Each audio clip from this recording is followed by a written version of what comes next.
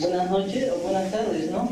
Primeramente saludarlos a todos desde acá, desde Foz de Iguazú, Brasil. Acá la verdad ya son las 9 de la noche y casi con 30 minutos. Y bueno, saludarlos a todos y agradecerles por darme la oportunidad a Relafu. Y pues expresarles, o bueno, darme la oportunidad de acercarme más a ustedes y explicarles el trabajo que voy a hacer. Asimismo, también agradecerle a Shirley por darme la oportunidad de hacerme de puente en ese evento tan grande que tienen allá. Y también representando a la Universidad Federal de Integración Latinoamericana, UNILA, y pues también representando muy honoríficamente a mi ciudad de Puno y más prácticamente a la ciudad de Ayaví y Melgar del departamento de Puno. Bueno, no veo a toda la gente que esté, pero al final voy a dar una pequeña, bueno, una despedida en el idioma quechua para que ojalá que me entiendan. Bueno, pues voy a empezar y voy a dar los fundamentos de por qué el título, bueno, el título en sí conlleva ¿cómo les digo? El resumen total del proyecto que pretendo hacer, ¿no? Que es de legalismo occidental a la justicia indígena en el Perú. Y para ello voy a comenzar dando una frase o una cita textual del profesor Boaventura de Sousa Santos, quien habla o dice que hay que buscar en la basura cultural que ha dejado la modernidad los residuos, ¿no? Los residuos y restos y desechos de la tradicionalidad y de la ancestralidad que tiene la cultura andina. Asimismo, también quiero decir otra cita que dice que vamos a buscar en las ruinas que dejó el colonialismo y el neocolonialismo, ¿no? Fragmentos epistemológicos del conocimiento andino, social y cultural. Bueno, la verdad es que me muero de calor porque acá estamos con casi 40 grados de temperatura y la verdad es que ponerme un saco eterno y una camisa y una corbata que me mata. Y bueno, pues espero que me entiendan esa parte. Y ahora tal vez voy a dar un poco de molestia porque en sí el proyecto que voy a presentarles a ustedes es una crítica constructiva hacia la ley de coordinación que actualmente se trata o se viene tratando de impulsar allá en el Perú. Hay un autor, Cissé, quien habla de cómo las personas, cuando buscamos la reivindicación de derechos, así como también el ganar un espacio, ¿no? Para formar mayor institucionalidad en las comunidades indígenas, afrodescendientes, nativas, ¿no? Se abren puertas de otros conocimientos de dominación y de opresión a la vez. Y esa es una muestra de la cual yo quiero hablar hoy. En la ley de coordinación, prácticamente, tomando el artículo 149 de la Constitución, ¿no? Nos habla de que las comunidades, con apoyo de las rondas campesinas, tienen facultad jurisdiccional. Entonces, pero hay un precepto normativo y haciendo un criterio exegético, no sé, o tal vez literal, de la norma, dice que la ley prevé las formas de coordinación. Esta palabra, que la ley prevé las formas de coordinación, es una forma que quizá yo lo estoy tomando como una forma de enlace o anclaje de la justicia indígena y la subordinación después eso es como, les voy a explicar en palabras más simples. Es como que el derecho positivo, el derecho escrito, antes no aceptaba adjetivo alguno, ¿no? No aceptaba una ley de coordinación, solo era derecho y derecho. Ahora está mudando a una forma de ley de coordinación, pero es una supuesta coordinación.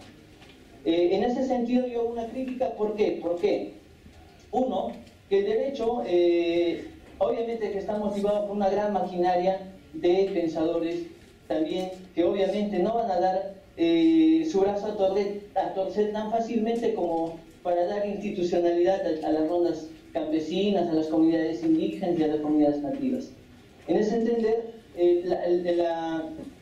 la crítica que hago a esta parte es que el Poder Judicial, si bien en su buen afán de poder ayudar a que se reconozca a un sistema jurídico andino, ¿no?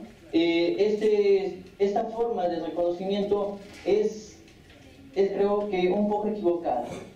¿Por qué? Porque se está dañando la institucionalidad el saber profundo de la justicia indígena. Si citamos el convenio 169 de la OIT, nos vamos a dar cuenta de que en el artículo 8, ¿no? En el inciso 1 y 2, ahí habla de la institucionalidad. Pero si nos damos cuenta, lo que estamos creando, una ley de coordinación, es a partir del derecho positivo.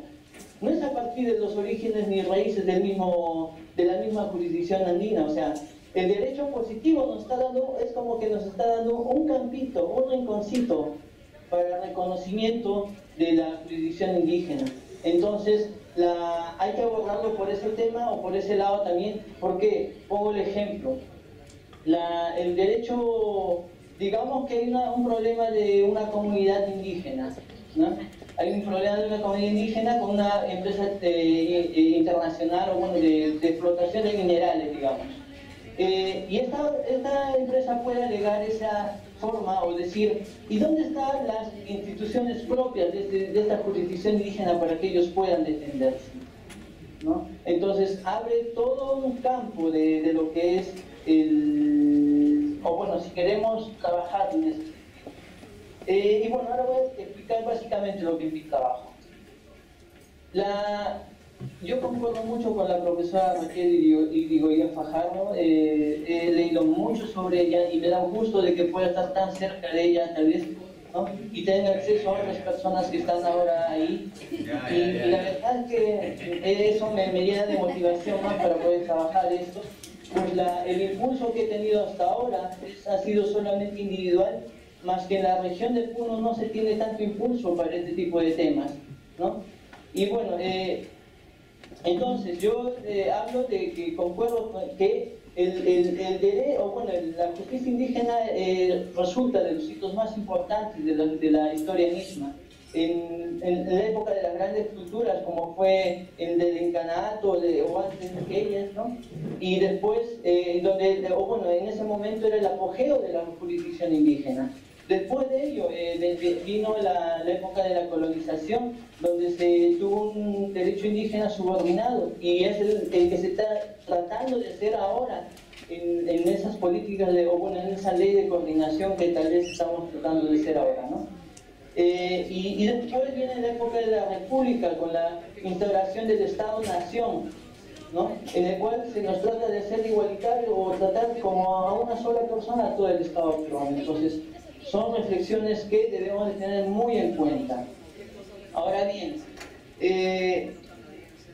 lo que yo también quería ponerles en manifiesto es una cuestión que he estado viendo y estudiando mucho acá, que es la cuestión que planteaba que existen muchos intereses detrás de todo este programa la ley de coordinación y otras cosas, y sobre todo sobre el poder, ¿no?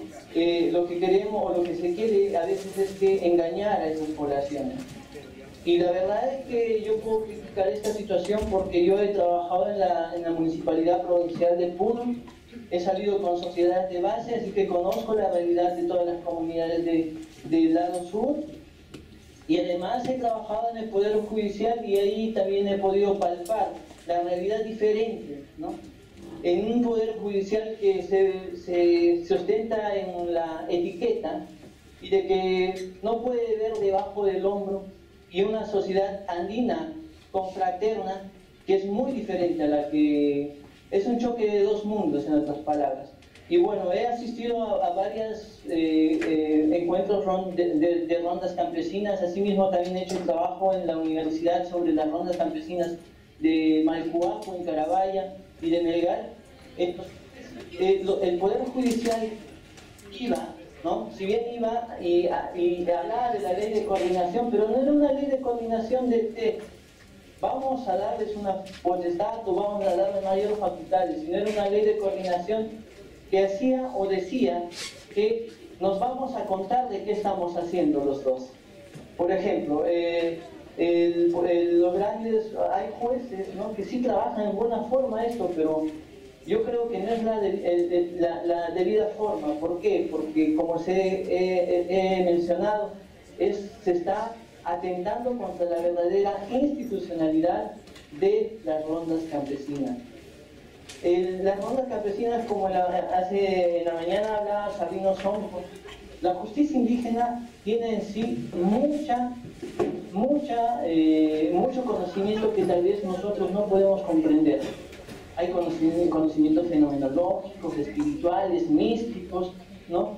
Incluso cuando yo fui a esas, y hablé con ronderos, ellos me explicaban de que su justicia es más restaurativa. No es lapidadora ni culpabilizadora, es restaurativa. Incluso me comuniqué con un rondero de que él había robado antes y que ahora formaba parte de las rondas campesinas. Y si hacemos una comparación con el sistema judicial de ahora del Perú, eso es casi imposible. Cuando alguien entra a la cárcel es prácticamente muerto civilmente. Entonces, lo que yo trato de hacer en mi trabajo, y la verdad es que es una reflexión más teórica, creo, es el hecho de llevar estos conocimientos a través de una epistemología del sur, una ecología de los conocimientos, donde no hay un conocimiento superior, sino hay un compartimiento, ¿no?, como el que están hablando en el pluralismo jurídico. Y bueno, pues terminar con este pequeño resumen, hablando sobre algo que decía nuestro amigo Mariátegui, ¿no?, de la Mauta, quien decía que en el mundo hay una coexistencia de dos almas, una que es del alma de la reivindicación y de la lucha, y la otra que es de la decadencia y de la opresión. Antes de que yo venga o me venga para acá, para Brasil, yo hablé con muchas personas y les comentaba sobre la justicia indígena, y ellos me trataban como idealista, como un simple soñador. Y yo no creo que eso sea un sueño. Creo que nuestra cultura debe ser respetada tal cual es, ¿no? Y eso vino de grandes mandos judiciales. Entonces, eso me da mucho que pensar. Y además que las personas en el Perú han perdido, o son ya prácticamente, la opresión ha sido naturalizada. Ya nadie pretende luchar por nada. Hay mucha descontento social, pero ya nadie lucha. Todos creen que es naturalmente esta opresión. Y creo que es momento de reafirmar nuestra institucionalidad, reafirmar o hacer un derecho indígena partiendo de los fragmentos o de la institucionalidad que tenía nuestro antepasado, y no pedir un espacio a la legalidad y al positivismo y decirnos que nos reconozcan, sino hacer un estudio más denso, que es lo que trato o voy a hacer en los próximos años tal vez, y espero también tener la colaboración de ustedes. Muchas gracias por escucharme. Yusulpa y Guayquepanaicuna, China Nota Patasaikis. Ahora voy a estar con ustedes más no sé, juntos, porque la verdad es que después una cuestión personal, en ciudad casi mis padres no nos quisieron enseñar la lengua materna, porque era una cuestión de discriminación y de una cuestión de racismo. Y hoy en día yo digo que no, Y es más, agradezco y agradezco por tener un apellido quechua también. Y muchas gracias por escucharme. La verdad es que quería ser un poco menos teórico, pero no sé, ya escuché demasiados debates de ustedes y creo que gran parte concuerdo con todos ustedes. Muchas gracias.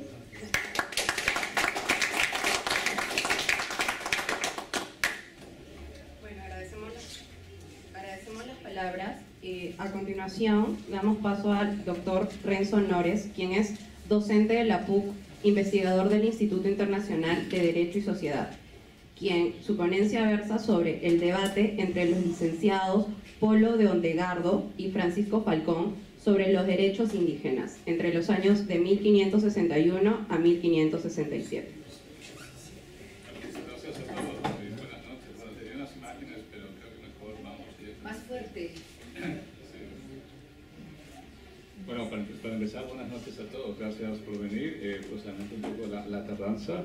Y bueno, quiero agradecer no solamente a los organizadores del evento, sino a una serie de grupos que tenemos en la universidad, el grupo de GIA, por ejemplo, el Instituto, etcétera, y el gran trabajo que todos llevan a cabo para discutir estos temas. ¿No? Estos temas no solamente en la academia, sino en su implicancia diaria, en su implicancia práctica, política, legal, ¿no? Bueno, tenía algunas imágenes, quería mostrárselas, pero dada la premura del tiempo vamos a ir directamente al texto. Esto va a sonar de replay, pero yo tenía mi ponencia y la he perdido en la universidad, ¿no? Es verdad, ¿no? Y ocurre que pues di un folder y ahí estaba mi ponencia, entonces la he reconstruido tal cual de lo que me acuerdo. Pero bueno, no importa, igual las ideas están allí. Vamos a discutir brevemente el debate que hay sobre el derecho consuetudinario en el siglo XVI en los Andes. Es una historia intelectual fascinante, por lo menos para mí. Y es una historia que involucra varios temas, involucra discusiones sobre el derecho, involucra la política, involucra a los juristas e involucra a los caciques, ¿no? Digamos que es un momento, un episodio de una explosión de ideas y de disputas políticas muy fuertes, ¿no? Digamos, es uno de los ejemplos de esta vinculación entre el derecho y la política que existe en nuestra historia, no desde el siglo XX, incluso desde los momentos iniciales del contacto colonial. Bueno, he elegido a dos juristas porque son muy representativos del periodo y porque tuvieron un debate entre ellos. Uno es el licenciado Polo, que era castellano, formado aparentemente en la Universidad de Salamanca, nacido en Valladolid, y que llegó tempranamente al Perú en 1544, vino con la flota del virrey Blasco, el primer virrey del Perú, y hizo una larguísima carrera en el Perú, principalmente en lo que hoy es Charcas, lo que es Bolivia. Fue vecino de La Plata, vivió en Sucre, está enterrado en Sucre y fue encomendero en Cochabamba, además, ¿no?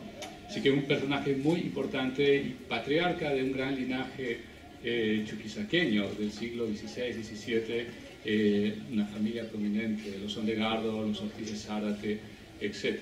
Y el otro jurista se llama Falcón, licenciado Francisco Falcón, que llegó un poco más tardíamente, no llegó el 44 como Polo, llegó en 1561. Había empezado su carrera en Colombia, en lo que es entonces Nueva Granada, en la ciudad de Cali, y luego de Cali pasó a Quito y de Quito se relocalizó en Lima hacia 1561 y hizo una gran carrera en Lima como abogado de caciques. Muy bien. Vamos a ir directamente al debate. ¿En qué consiste el debate? ¿Cuáles son las posiciones que ambos se enfrentan? ¿Y cuáles son las consecuencias, ¿no? Muy bien, el debate tiene, primero me he basado en tres textos claves para mí.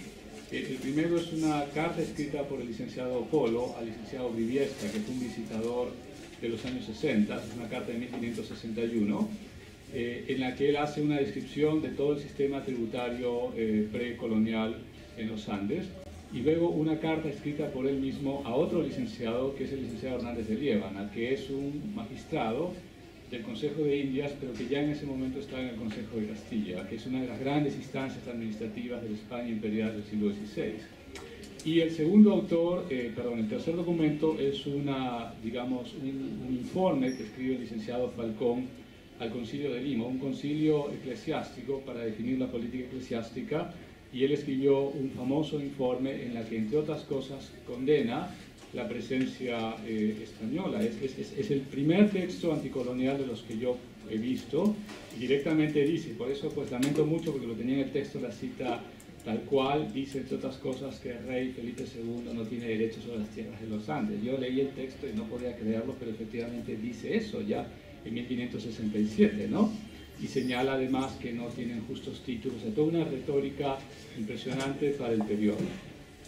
Muy bien, ¿en qué consiste el debate centralmente? El debate es un enfrentamiento en dos posiciones diferentes. Una posición, la posición del licenciado Polo, que es partidario del reconocimiento del derecho consuetudinario, pero siempre bajo, digamos, una tutela colonial. Digamos, la idea central de que aunque haya que reconocer el derecho consuetudinario como un derecho vigente, real, efectivo, tiene que estar sujeto a la tutela imperial, ¿no? Entonces, digamos, este modelo de supervisión es un modelo muy antiguo y las ideas son muy antiguas, son del siglo XVI. Lo otro que también establece el licenciado Polo es la demonización, la idea de que los caciques y los señores, los jefes étnicos, son tiranos. La idea circulaba ya desde los años 40, 50, de hecho hay una tesis, la de Damián González, en la que rastrea la imagen de la tiranía, la figura de la tiranía de los pleitos, pero en el texto de Polo adquiere una dimensión etnográfica, es decir, Polo describe varias situaciones, varias circunstancias que demuestran el carácter tiránico, es decir, arbitrario, sin ningún tipo de freno de los caciques, ¿no? Y el tercer punto que sostiene el licenciado Polo es reconocer una jurisdicción indígena, que es un aspecto muy importante, que consiste en que los alcaldes, digamos los magistrados, los alcaldes de cabildos, puedan administrar justicia. Entonces tenemos ahí tres puntos básicos: reconocimiento de un derecho consuetudinario bajo tutela hispánica,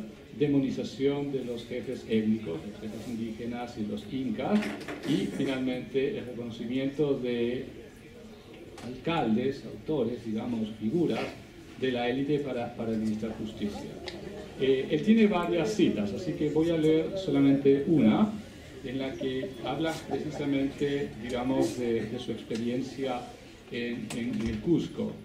Y dice, y cierto, yo lo experimenté en el Cusco, él fue corregidor del Cusco. Corregidor era como una especie de gobernador, el año 59, en negocios que pendían en la Chancillería, se está refiriendo a la audiencia de Lima, que llevaría 4 y 5 años, con procesos y gastos grandes, y ayudándome, quiere decir que había procesos muy largos y muy costosos, pero ayudándome de los mismos indios, es decir, de los litigantes, en 2 horas quedaban conformes y acababan sus diferencias.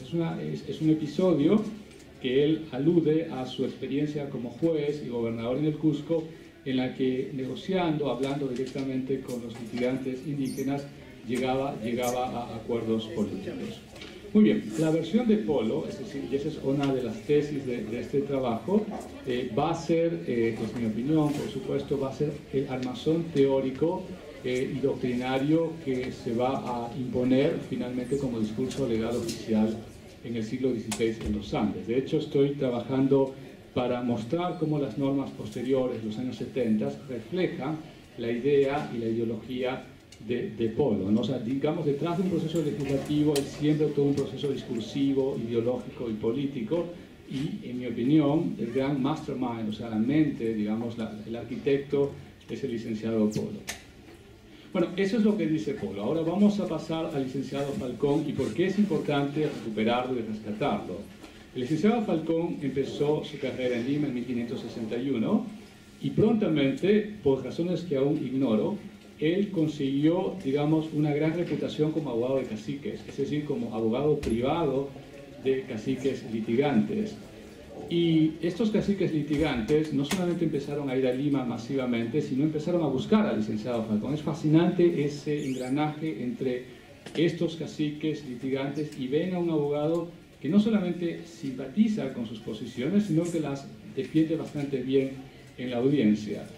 Y entonces, y esa es una de las hipótesis que tengo, el licenciado Falcón se convierte en el vocero de estas, digamos, representaciones, imágenes y en cierta manera historias de los señores indígenas. Mientras en el caso de Polo hay una demonización, hay un proceso de subordinación, hay una idea de sí reconozco esto en tanto que esté sujeto a ciertos parámetros. En el caso del licenciado Falcón, su condena es fuerte desde el comienzo del texto al colonialismo español. Creo que es el único texto que yo he podido leer de un jurista del siglo XVI que lo diga, que el rey de España no tiene derecho sobre la tierra en América. Yo no he leído a ninguno que lo diga en ese periodo, ¿no? Solamente lo dice él. Y en segundo lugar, su texto está plagado de textos de términos quechuas, está plagado de descripciones de cómo funciona el sistema administrativo, que me lleva a pensar que no pudieron ser escritos directamente por él, sino que fueron dictados probablemente por estos caciques litigantes, ¿no? Es decir, y esa es mi interpretación, por supuesto, ¿no? Y esa situación me lleva a pensar de que Polo refleja esta polifonía, es decir, el hecho de que él, aunque se presenta en la corte, aunque él está frente a una asamblea, en realidad él está haciendo circular ideas que son creadas, gestadas, pensadas y repensadas por los caciques, ¿no? O sea, digamos, hay una vinculación entre los caciques y el licenciado Falcón.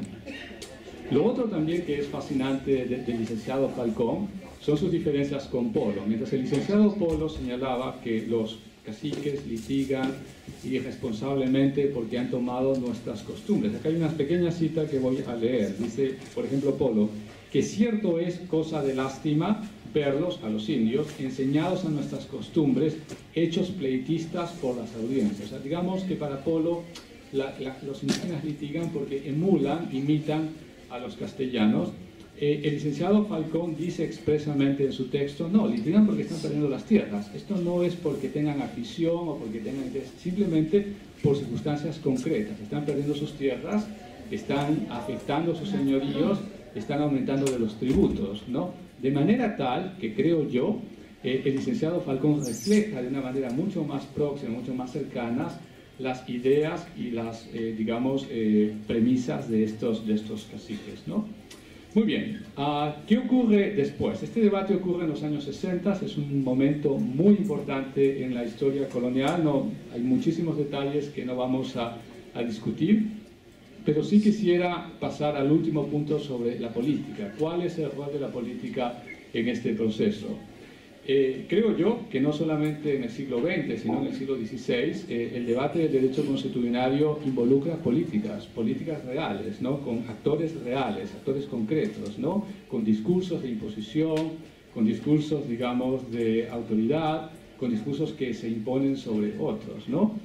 El discurso del licenciado Polo se impuso en la retórica oficial, es decir, se impuso como política legislativa, y se impuso como una práctica que se hizo obligatoria a partir de los años 70 con el virrey Toledo. Y en ese sentido, el licenciado Polo ganó el debate porque tuvo la suerte, por circunstancias políticas, de que su discurso fuera mucho más funcional al dominio colonial.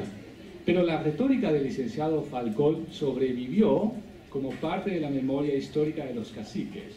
De manera que en el siglo XVII, varios de los caciques retomaron algunas de las ideas rascasianas, críticas del licenciado Falcón, aunque sin citarlo. Es decir, esta retórica, digamos, de reivindicación, de señorío natural, de tributos excesivos, de agravios, va a ser reiterado, se va a convertir en una especie de repertorio, digamos, que creo yo formaba parte del ethos, de la ideología, de la concepción, del discurso jurídico cacical, ¿no? Y en ese sentido, el licenciado Falcón, cumplió un papel fundamental en divulgarlo y en representarlo.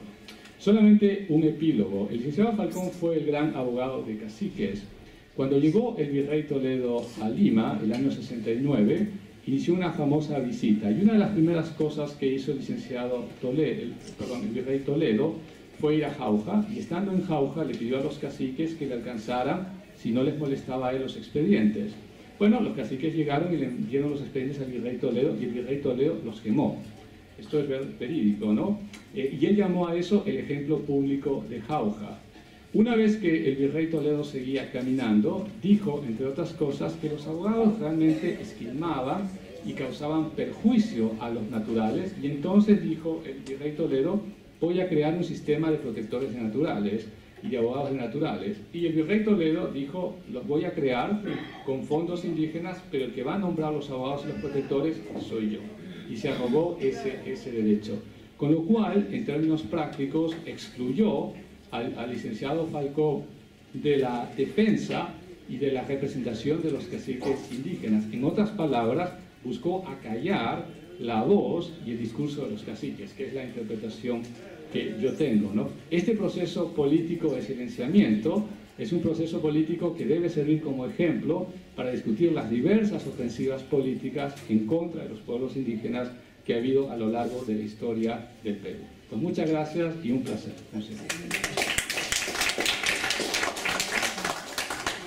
Muchas gracias al doctor Renzo Nores.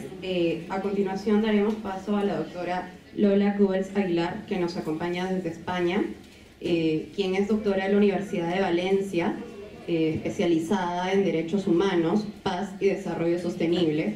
Ha trabajado y vivido en Chiapas, México, por varios años. Su ponencia versa sobre Un Solo Corazón, paradigma de vida buena en el sistema jurídico Texas, Chiapas, México.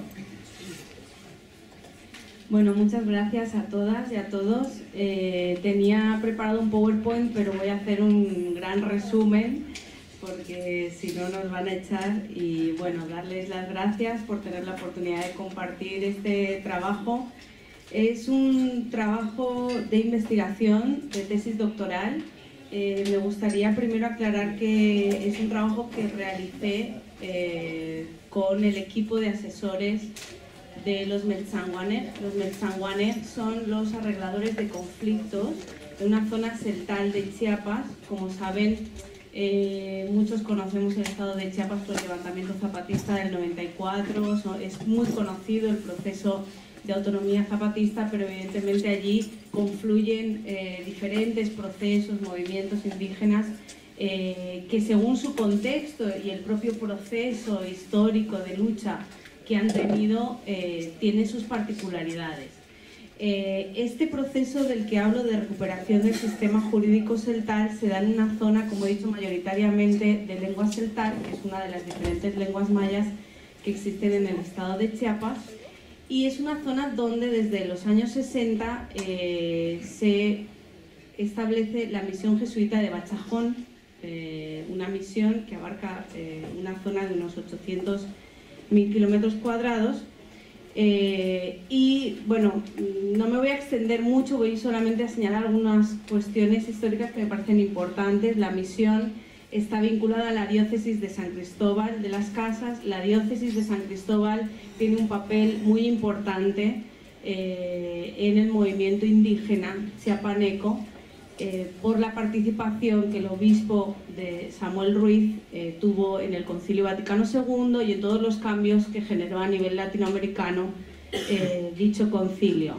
En el caso concreto de la misión se adoptan muchos de los lineamientos de la teología de la liberación y sobre todo de la teología india, y se genera un proceso que llega hasta estos momentos de, por un lado, la construcción de una iglesia autóctona con inculturación del Evangelio, nombramiento de diáconos indígenas, hasta petición de sacerdocio uxorado al Vaticano, y por otro lado un gran proceso de reivindicación de derechos indígenas, también muy inculturado en el contexto celtal, que va desde la creación de cooperativas de café, cooperativas textiles de las mujeres tejedoras, promotoras de salud, promotores de educación, los defensores de la tierra y del territorio, que son los Cotaiwaneg, los Canalunquinal, que son los cuidadores de la madre tierra, y los Meltzanguaneg, que son los arregladores de conflictos. La recuperación del sistema jurídico celtal sobre todo se da formalmente a partir de del año 96, debido a la guerra de desgaste integral que el Estado mexicano implementa a través de la militarización y la paramilitarización como una manera de intentar amortiguar el avance del zapatismo en la región chiapaneca. El objetivo de esta investigación, que la realizo en el Departamento de Filosofía del Derecho, está sobre todo muy motivada por las constantes preguntas y debates, que esta mañana ya hemos hablado de ellos, de los retos que supone hablar de los derechos humanos y el diálogo intercultural. Hay una constante de trabajos, cuando se habla de esta cuestión, en que, por ejemplo, se plantea, vamos a examinar tal sistema jurídico indígena, a ver qué derechos humanos viola, o vamos a ver qué derechos de las mujeres violan. Y mi perspectiva era, vamos a conocer cuáles son las fuentes del sistema jurídico celtal, desde qué, no digo cosmovisión, sino desde qué filosofía se sustenta y cómo desde ahí se reapropian los derechos humanos, ¿no? Fruto de todo este trabajo, evidentemente en colaboración con el equipo de asesores y participando en un diplomado del sistema jurídico celtal enfocado a los propios mertzahuanes, hombres y mujeres que participan, y sobre todo como una manera de también reenganchar a los jóvenes al proceso comunitario, pues me permite descubrir que una de las fuentes principales, lo que yo llamo un paradigma ético, político, espiritual, religioso, que sustenta el sistema jurídico celtal, es la armonía. Ellos consideran que cuando existe un conflicto, armonía que creo que es una constante en gran parte de los sistemas jurídicos, pero en mi trabajo además lo que intento es explicitar cómo ellos nombran todos estos conceptos en celtal, también como una manera de contribuir, pues lo que ya comentan otros compañeros, la ecología de saberes, las epistemologías del sur y también el reto de la transformación intercultural de la filosofía que otros autores plantean. La armonía, bueno, iba a explicar como toda la concepción sistémica. Tengo el PowerPoint, les puedo pasar a quien estén interesados en conocer también la ponencia. Y bueno, querría hacer algunas reflexiones un poco generales al hilo de lo que hemos estado debatiendo estos días a partir de este trabajo. A la hora de visibilizar, reconocer, analizar los sistemas jurídicos indígenas, entiendo que cada uno de ellos lo que aborda es una concepción filosófica del mundo propia, y por tanto es desde ahí desde donde se deben de entablar relaciones de diálogo con otros paradigmas, otras gramáticas morales como los derechos humanos, ¿no? En este caso yo fui viendo y estableciendo de qué manera desde este paradigma de la armonía utilizan, reapropian y resignifican los derechos humanos, tanto los contenidos en normas nacionales como en el convenio, y también cómo ellos se dan de una forma particular también en estos momentos desde las mujeres, de cómo también se lo están reapropiando para también solicitar una presencia activa como juezas celtales. En mi trabajo en el 2011, de hecho, se crea la primera comitiva de mujeres celtales encargada solo de resolver conflictos que tengan que ver con mujeres de una demanda propia, ¿no? Desde una de las regiones que abarca el trabajo de la misión celtal. Por ello, bueno, considero que tenemos varios retos a la hora de trabajar estas cuestiones de derechos humanos y diálogo interculturalidad. Algo que Shirley también comentaba ayer, que son los retos de las metodologías, es decir, creo que no podemos seguir utilizando metodologías clásicas cuando lo que estamos hablando es de generar diálogos interculturales. Y yo me inspiré mucho en las propuestas de metodología de Colabor que plantean Xochitl Leiva y Richard Hale, y que ya han hecho algunos trabajos interesantes tanto en Guatemala como en México.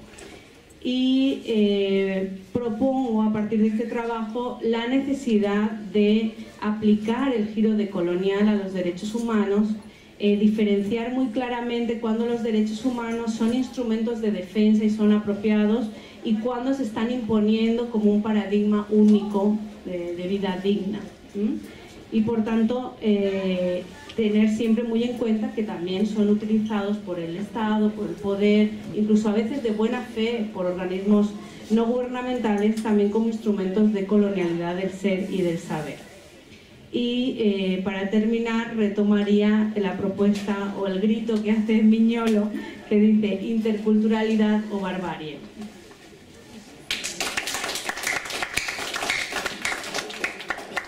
Bueno, por cuestiones de tiempo vamos a pasar a comentarios finales de los ponentes. Demos pase al doctor Cleavers.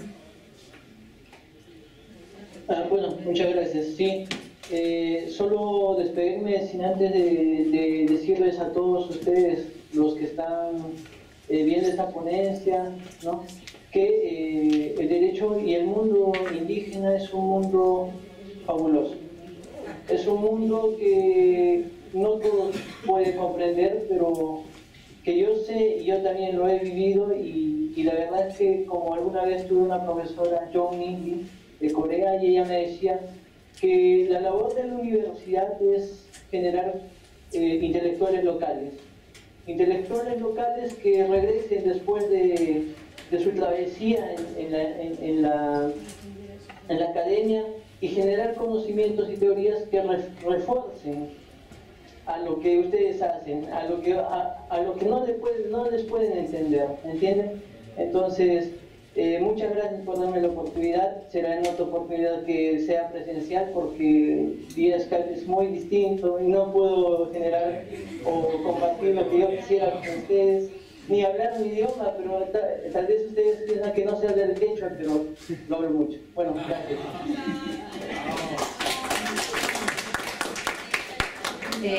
Palabras finales. Me despido. Palabras finales del doctor Renzo Nores, por favor. No, nada, muchas gracias, y es un placer estar aquí, y gracias por venir.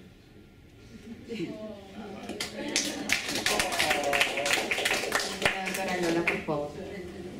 Pues reiterar el agradecimiento, y bueno, que si alguien, como mañana voy también a estar por aquí, podemos seguir debatiendo, reflexionando, y bueno, encantada de compartir con ustedes. Muchísimas gracias.